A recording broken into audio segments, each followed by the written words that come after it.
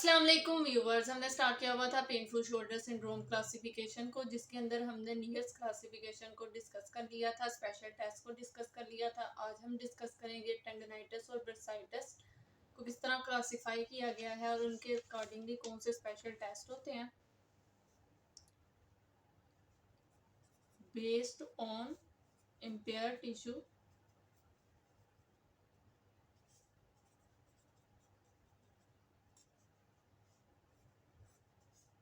Tendinitis and bursitis. ठीक है, एक बहुत ही ज़्यादा इम्पोर्टेंट कंसेप्ट है कि टेंडनाइटिस को किस तरह डिफ्रेंशिएट कर सकते हैं हम बर्साइटिस से। ठीक है, तो इसके लिए बेसिकली ये पूछते भी होते हैं वाइवा में आपसे कि टेंडनाइटिस और बर्साइटिस, क्योंकि अगर टेंडनाइटिस हो रहा है या बर्साइटिस हो रहा है तो इन दोनों के सिम्टम्स सेम होते हैं। तो बेसिक जो मेन डिफरेंस आ जाता है टेंडनाइटिस और बर्साइटिस में, वो कहाँ पे आ रहा होता है। तो टेंडनाइटिस और बर्साइटिस दोनों को टेस्ट करने के लिए आइसोमेट्रिक्स करवाई जाती हैं।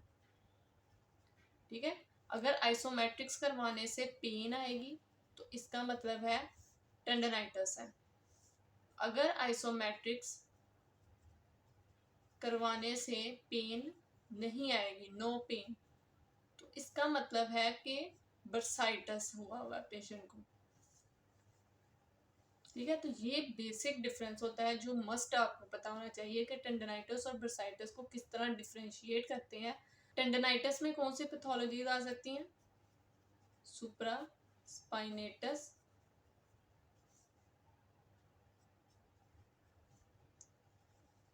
टेंडनाइटिस हो सकता है, infraspinatus tendinitis,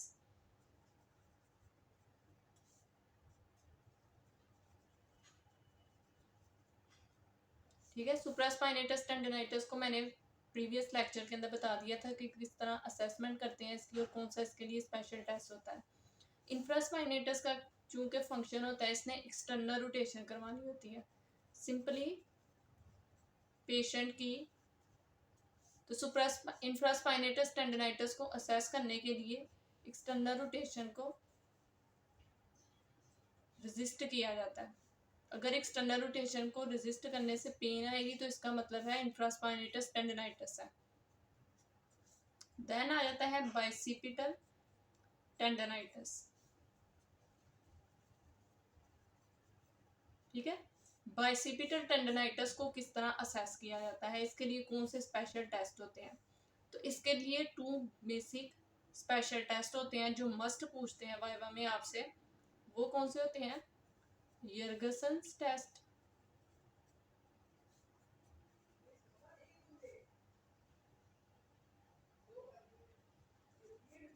and speeds test.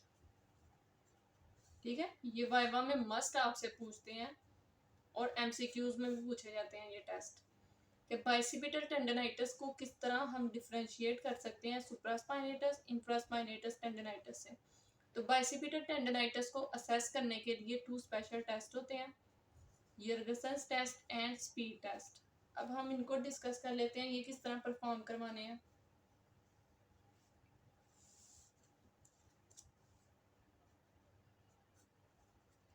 यर्गसन्स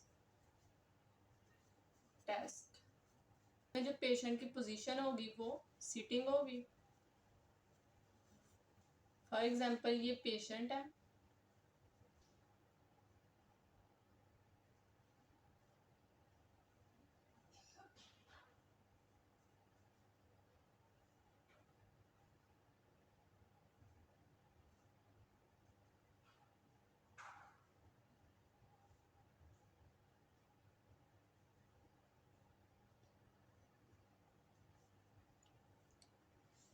ठीक है। तो पेशेंट के एल्बो क्या होगी? 90 डिग्री फ्लेक्स होगी। ठीक है, प्रोनेटेड होगी और फिजियोथेरेपिस्ट ने क्या करना है कि उसकी सुपिनेशन को रेजिस्ट करना है।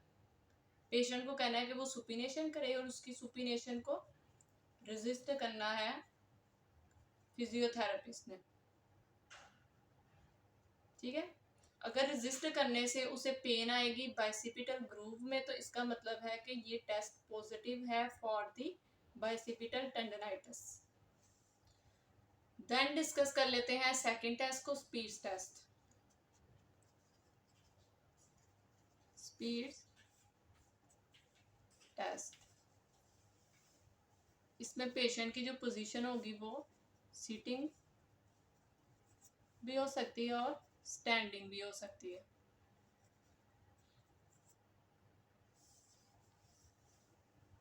फॉर एग्जांपल ये है पेशेंट,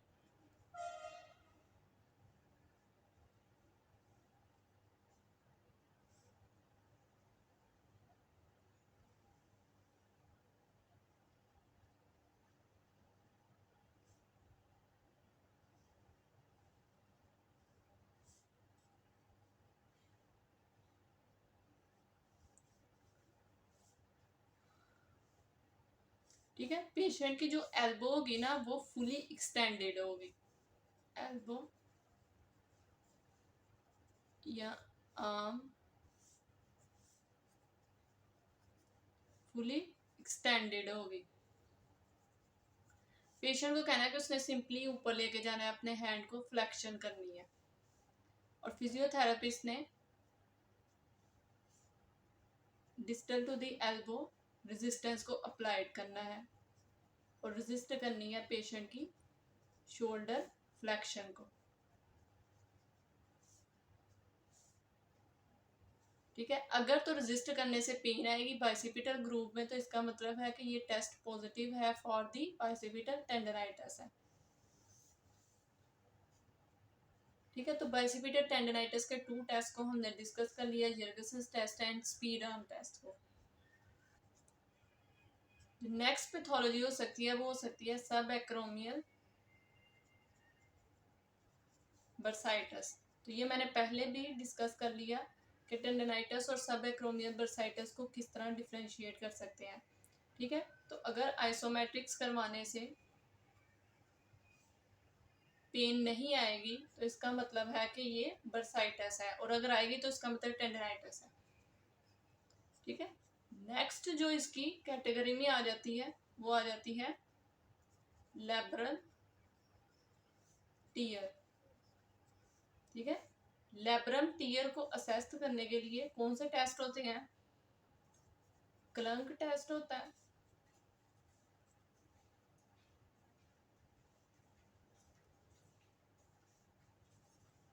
और जो सेकंड टेस्ट होता है वो होता है स्लैब टेस्ट।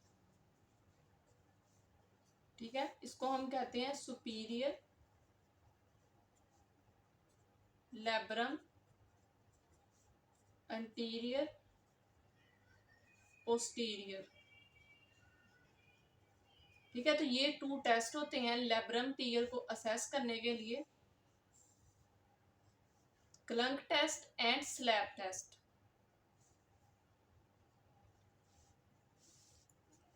ठीक है, क्लंक टेस्ट, क्लंक टेस्ट में जो पेशेंट की पोजीशन होगी वो स्पाइन लाइन होगी।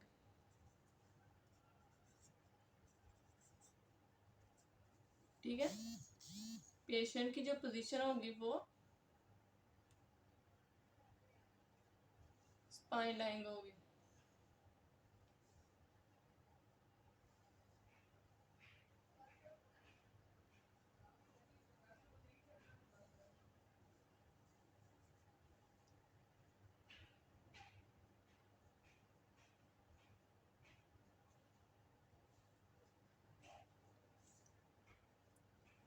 ठीक है, पेशेंट की जो एल्बो है उसको फुली एबडक्शन में ले जाना फिजियोथेरेपिस्ट ने। फिजियोथेरेपिस्ट ने वन हैंड को प्लेस करना है बिलो दी शोल्डर। ठीक है, यहाँ पे वन हैंड को प्लेस करना है और अनदर हैंड को प्लेस करना है अराउंड दी एल्बो। ठीक है, जो उसका हैंड बिलो दी शोल्डर होगा उससे उसने एंटीरियरली मूव करना है, और जो सेकंड हैंड होगा फिजियोथेरेपिस्ट का, उसने एल्बो को एक्सटर्नली रोटेट करना है।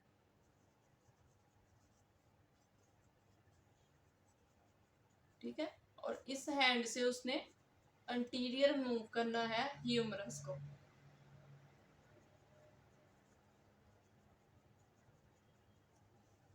ठीक है, ठीक है। इस टेस्ट को परफॉर्म करने के दौरान क्या होगा कि क्लंक की साउंड प्रोड्यूस होगी।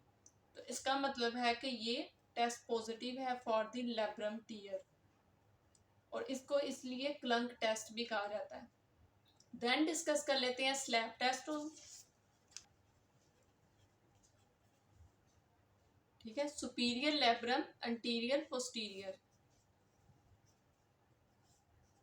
लेब्रम टीयर को असेस करने के लिए स्लैप टेस्ट करवाते हैं। ठीक है, इसके अंदर पेशेंट की जो पोजीशन है वो सीटिंग में भी करवा सकते हैं एंड स्टैंडिंग में भी करवा सकते हैं। फॉर एग्जाम्पल ये पेशेंट है,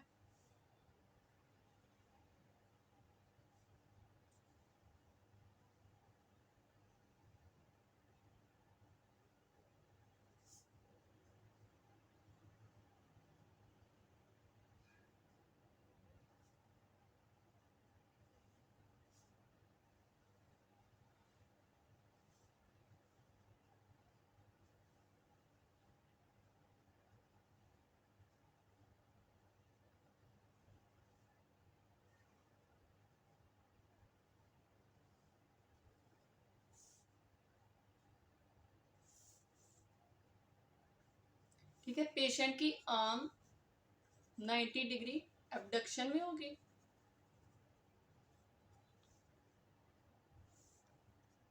थंब फेसिंग, ठीक है, जो थंब होगा वो फेसिंग डाउनवर्ड होगा। ठीक है, मींस इंटरनल रोटेशन होगी शोल्डर पे। ठीक है, 90 डिग्री एबडक्शन होगी, इंटरनल रोटेशन होगी,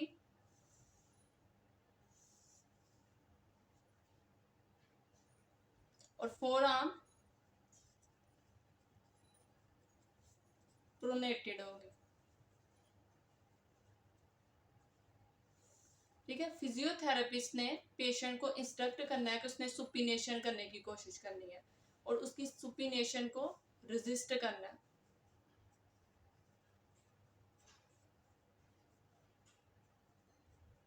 अगर पेन आएगी सुपिनेशन को रेजिस्ट करने से तो इसका मतलब है स्लैप टेस्ट पॉजिटिव है। ठीक है, इस टेस्ट के 2 स्टेप्स होते हैं। फर्स्ट स्टेप ये हो गया। सेकंड स्टेप में क्या करना है, ये पेशेंट है,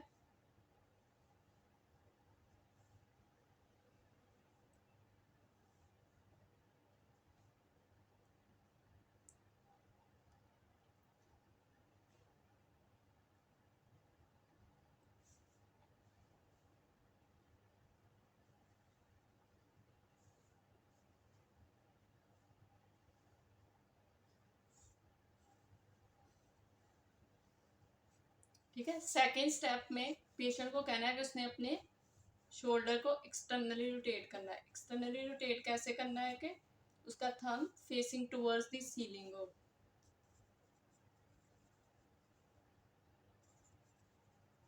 ठीक है, 90 डिग्री एबडक्शन होगी और इसमें फोर आर्म सुपिनेशन में होगी।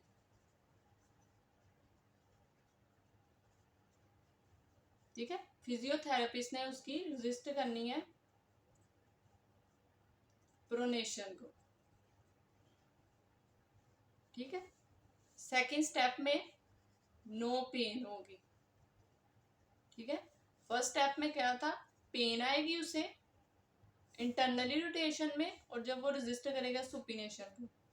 सेकंड स्टेप में रेजिस्ट की जाएगी उसकी प्रोनेशन को और उसको पेन नहीं आएगी। तो इसका क्या मतलब है कि फर्स्ट स्टेप में पेन होगी, सेकंड स्टेप में नो पेन होगी जब वो अपने थंब को टुवर्ड द सीलिंग मूव करेगा। तो इसका मतलब है कि ये टेस्ट पॉजिटिव है for the labrum tear. Over use, injuries, ठीक है। ओवरयूज यानी कि रेपिटेटिव एक्टिविटीज की वजह से जो इंजरीज होती हैं। मोस्ट कॉमनली जब रैकेट स्पोर्ट्स प्लेयर होता है उसको ये ज्यादा इश्यू होता है, ठीक है। कोई भी ट्रॉमा हो सकता है या एक्सीडेंट हो सकता है जिसकी वजह से पेशेंट को टेंडनाइटिस और बर्साइटिस हो सकता है। तो अब तक हमने टेंडनाइटिस और बर्साइटिस क्लासिफिकेशन में क्या क्या कुछ डिस्कस कर लिया, ठीक है। Supraspinatus tendinitis, infraspinatus tendinitis, bicipital tendinitis, ठीक है। बाइसिपिटल टेंडनाइटिस के 2 टेस्ट होते हैं। यर्गसंस टेस्ट को हमने डिस्कस किया, स्पीड्स टेस्ट को हमने डिस्कस किया, किस तरह हम इनको असेस करते हैं। देन इसकी क्लासिफिकेशन में आ जाता है सब एक्रोमियल बर्साइटिस, ठीक है, उसको हमने देखा। देन हमने डिस्कस किया लैब्रम टीयर। तो लैब्रम टीयर के लिए कौन से 2 स्पेशल टेस्ट होते हैं, क्लंक टेस्ट होता है, स्लैब टेस्ट, उसको हमने देख लिया कि किस तरह परफॉर्म करते हैं, ठीक है। स्लैब टेस्ट के भी आगे से हमने डिस्कस कर लिया। 2 स्टेप्स होते हैं। फर्स्ट होता है इंटरनल रोटेशन में पेन आएगी, एक्सटर्नल रोटेशन में पेन नहीं आएगी। तो ये टेस्ट पॉजिटिव होता है for the labrum tear. Overuse injuries हो सकती हैं और ट्रॉमा या एक्सीडेंट की वजह से टेंडनाइटिस और बर्साइटिस हो सकता है। नेक्स्ट हम इंशाल्लाह डिस्कस करेंगे अनदर क्लासिफिकेशन को। तब तक के लिए अल्लाह हाफिज।